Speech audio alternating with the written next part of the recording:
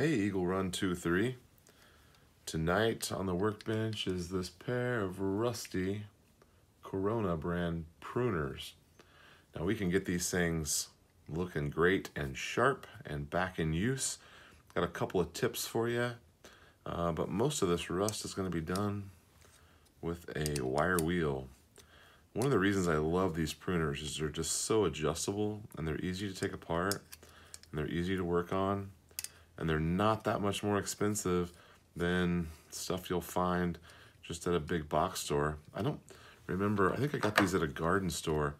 Oh, I remember, I bought 2 pairs of these a couple years ago when they had an off-season sale. See, that bolt just comes right out. These guys separate, and then you just untwist them, and they come right apart.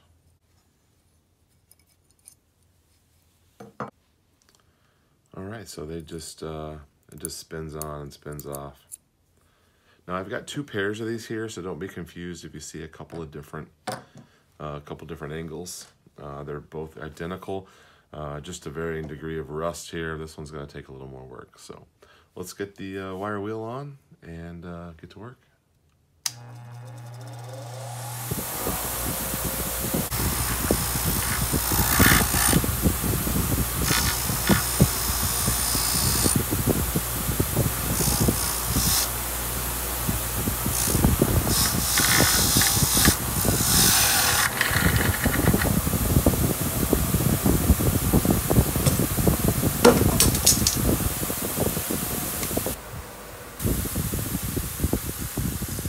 Just vibrated off of me. I tried to clamp this down so it didn't move, but this thing may move around on us here a little bit.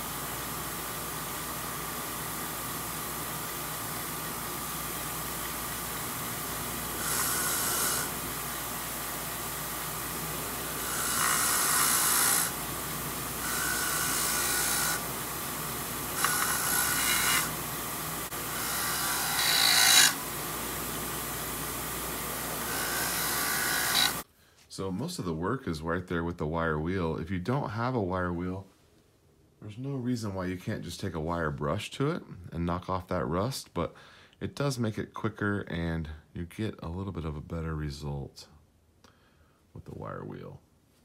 But we got the nuts and bolts all polished up. If these springs were rusty, they're stainless, but if they were rusty, you could go ahead and hit them as well. But I did not have to because mine were fine. All right, so next we need our stones. We're gonna use the Arkansas stones. And I made up this little board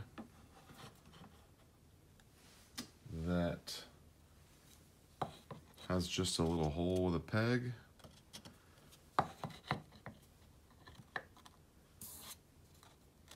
And then it goes in tight just with the clamp and holds it in place. Works pretty well. Just a piece of leftover trim board, but it holds the stones right there for me. So there's a couple things you're trying to do here. This is a bypass pruner, which means it's like a scissor. So the bypass part means that they bypass each other. So think scissors. This is very much like scissors. I did a whole video on the difference between bypass and anvil, but we're gonna just talk about bypass here. So this, it may look like it's curved, but it's just because it's got some angle to it. It is flat, and what we need to concentrate on is keeping that flatness. It doesn't rock here on the stone, and so we're going to flatten the back of this. Now, sometimes what happens with these bypass, I'm sure you've had this before, you'll go to cut something, and they end up separating out, and that's because this edge right here does not have enough bite on it to force the actual blade through the material, and so it is deflected. And there's a couple things you can do to help that. Once they have some wear on them, the edge of this here, especially on the front part, if they have some wear, then you need to flatten back here so that they are meeting closer.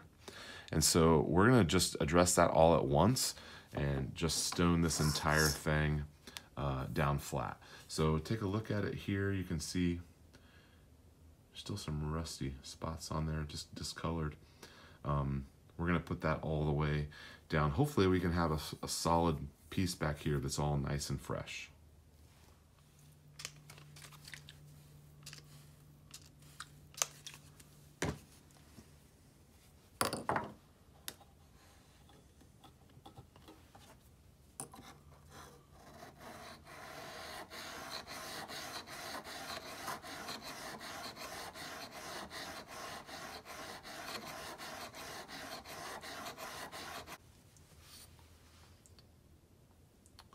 So there on the tip, we're in position. Down here, we're making contact, but there's still a large swath here in the middle that is not touching. So we just need to keep working. Anything we remove right here, we just needs to be level across the entire surface. So we're just gonna keep going here. We just started, but there should be no trouble getting that down where we need it.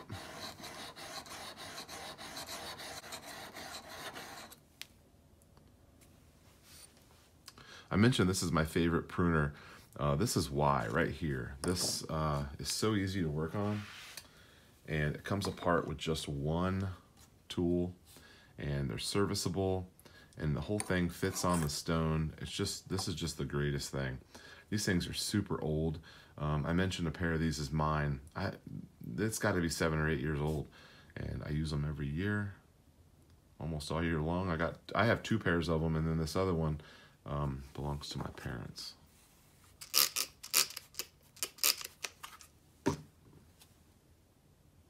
If you feel like you need to, you could go to the coarser stone, but I think I'm gonna stay right here. You really can't mess anything up unless you start tipping this. If you tip this and you remove material off the edge, you're gonna have trouble when you're going to the other side, starting to sharpen.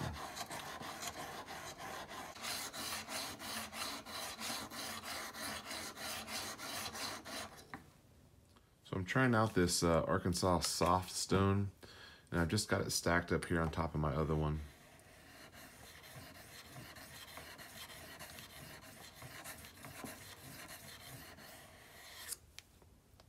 Oh yeah, look at that.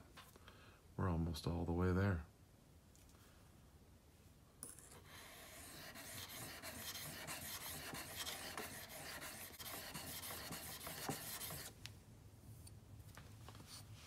They're looking pretty good. I've got my stone here set to the edge, so I have a little bit more room, but the motion here is pretty simple. We're going to find our angle, and then we're just going to draw this towards us. And you don't really have the best view there.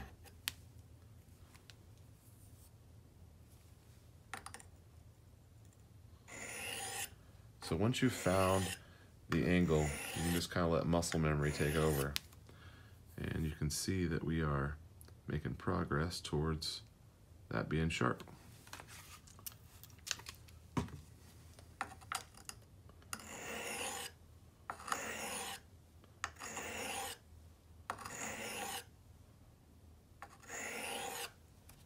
Get you a better view and still do this. So you'll feel the angle right there.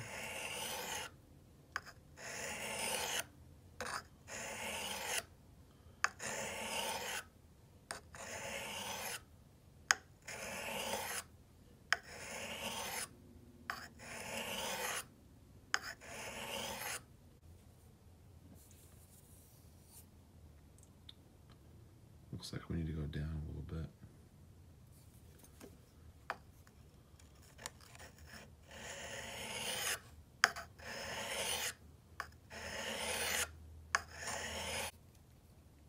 There we go. Oh, that point just cut me. Nice. All right, so I did something I've never done before. And this is my pair, so we're gonna try this out. But I've spent some time here on this edge, and it's nice and sharp. It's not as sharp as I would probably make a knife, but it has a good bite to it. The back is flat, the edge is in, and so when I was flattening on this one, which is just the same as the other, you want it nice and flat, you want full contact from where the two pieces meet all the way down to the tip. Got to have a nice flat stone for this. So I was noticing that, and you can see it more on this one, the inside here, there's just not much of a bite right there. And so I decided that I would stone this inside edge. You can see there the reflection compared to the other one. So I took this down and I used a Dremel with a stone on it, and this has a really nice bite on it. And so I'm wondering how much of a difference that's gonna make, because these two fit really nice together. So I wanted to do something different since we've already done a pair of these Coronas before, just to give you another option. And we'll test this out and see how it does. We're gonna need to make sure we keep that oiled, because that is a freshly machined surface there. Yeah, I think that'll be nice. All right, so assembly on these is super easy. Lube them down, spin your wires back on, your springs, and put the bolt in, and you're pretty much done. So I'm gonna finish up on this other pair, and then we'll get them all back together here, and I'll show you the finished product.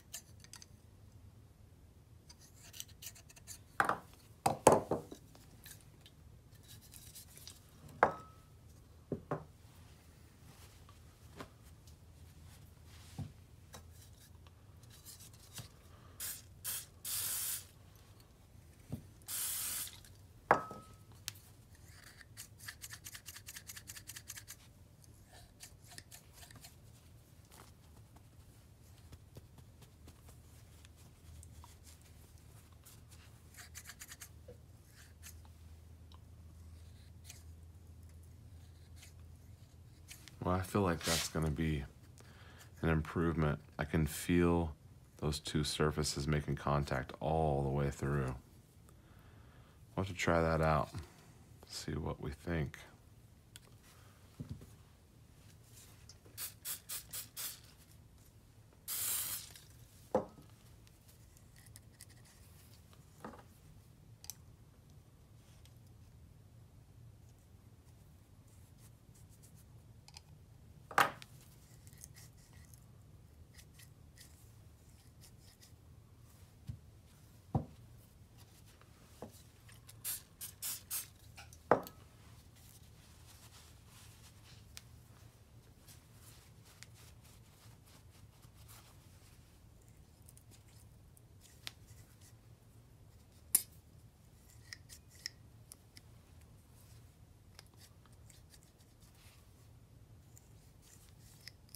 All right, I'm really happy with that. All right, it'll be time to do some gardening soon, and we'll test that out. All right, Eagle Run 2-3. Thanks for watching. Thanks for subscribing. We'll see you next time.